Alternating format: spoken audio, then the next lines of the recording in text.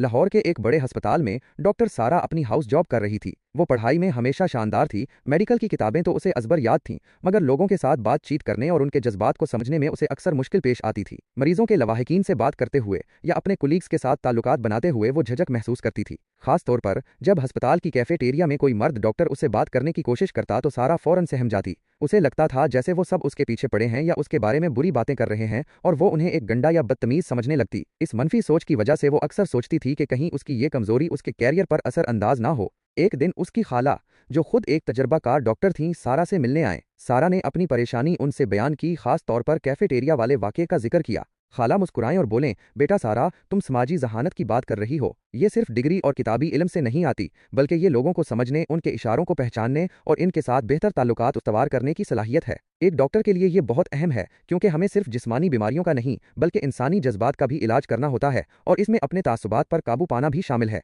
सारा ने पूछा, तो खाला, मैं इसे कैसे बेहतर बना सकती हूँ? खाला ने चाय का एक घूंट लिया और चंद अहम मशवरे दिए। हमदर्दी से सुनना सीखो और फौरी फैसले से बचो। जब कोई मरीज या उसका लवाहिक बात करे तो सिर्फ तिब्बी मालूमात पर ध्यान ना दो, बल्कि उनके अल्फाज के पीछे छुपे खौफ, उम्मीद और परेशानी को भी महसूस करने की कोशिश करो। इसी तरह जब कोई कोलीग, खासकर मर्द कोलीग, बात करे तो फौरी तौर पर किसी नतीजे पर मत पहुंचो। उन्हें गौर से सुनो और उन्हें मुकम्मल तवज्जो दो। हो सकता है इनकी नीयत अच्छी हो। जज्बाती इशारे पहचानो और अपनी कयास आराइयों का जायजा लो। लोगों के चेहरों, आंखों और बॉडी लैंग्वेज को पढ़ने की आदत डालो। एक खामोश आंसू या परेशानी की लकीर बहुत कुछ बता जाती है। उससे तुम्हें यह समझने में मदद मिलेगी कि इन्हें तुम्हारी किस किस्म की मदद या तसल्ली की जरूरत है। लेकिन साथ ही अपने अंदरूनी तासुबात को भी पहचानो। क्या तुम सिर्फ उनके मर्द होने की वजह से उन्हें गलत समझ रही हो? उनकी हरकत या अल्फाज में वाकई क्या छुपा है? अपने अल्फाज का इंतखाब सोच समझ कर करो और वजाहत तलब करो। खास तौर पर नाजुक सूरत हाल में तुम्हारे अल्फाज का लोगों पर गहरा असर होता है। ऐसे अल्फाज इस्तेमाल करो जो उम्मीद दें, तसल्ली बख्श हों और एहतराम जाहिर करें।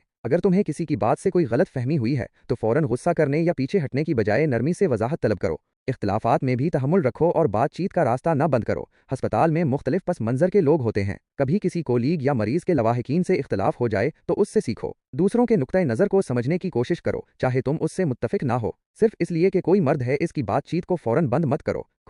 छोटी गुफ्तगू का आगाज करो और एतमाद पैदा करो। ये सिर्फ बड़े केसेस की बात नहीं, बल्कि अपने अमले, नर्सों और साथी डॉक्टरों के साथ छोटी छोटी बातचीत करो। एक मुस्कुराहट, एक छोटा सा खैर सगाली का जुमला भी ताल्लुकात मजबूत करता है। अपने तहफ़्फ़ुज़ात को एक तरफ रखकर अपने साथियों, खा मर्द हों या औरत, के साथ पेशा वराना और दोस्ताना अंदाज में गुफ्तगू शुरू करने की पहल करो। ये तुम्हें खुद एतमादी देगा और दूसरों को भी तुम्हारी तरफ माइल करेगा। सारा ने अपनी खाला के मशवरों पर अमल करना शुरू किया। शुरू में उसे मुश्किल लगी, खासकर मर्द कॉलेग से बात करने में उसे अब भी झिझक महसूस होती थी, मगर उसने खुद को मौका दिया। उसने महसूस किया कि मरीजों के साथ उसका ताल्लुक गहरा हो रहा है। वो उनके दुख को बेहतर समझ